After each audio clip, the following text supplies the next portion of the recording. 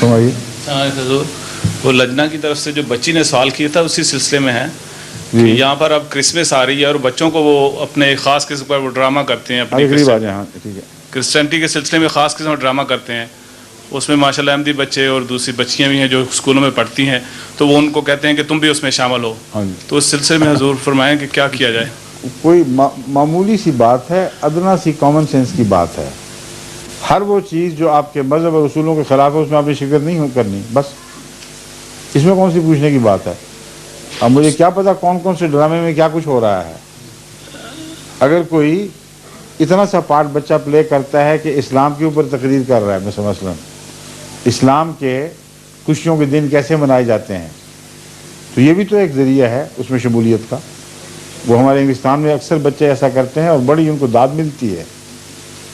تو اب میں عمومی سوال کا جواب کیسے دے دوں جب تک معین پتہ نہ ہو کون سی رسمیں ہیں جو آپ کے ذہن میں ہیں. اس میں وہ بہت سارے حضور بناتے ہیں کہ جو یہ غلط باتیں بناتے ہیں، میں نے اسطوری اب اس کی تفصیل تو مجھے نہیں پتا، اتنا جواب کافی ہے.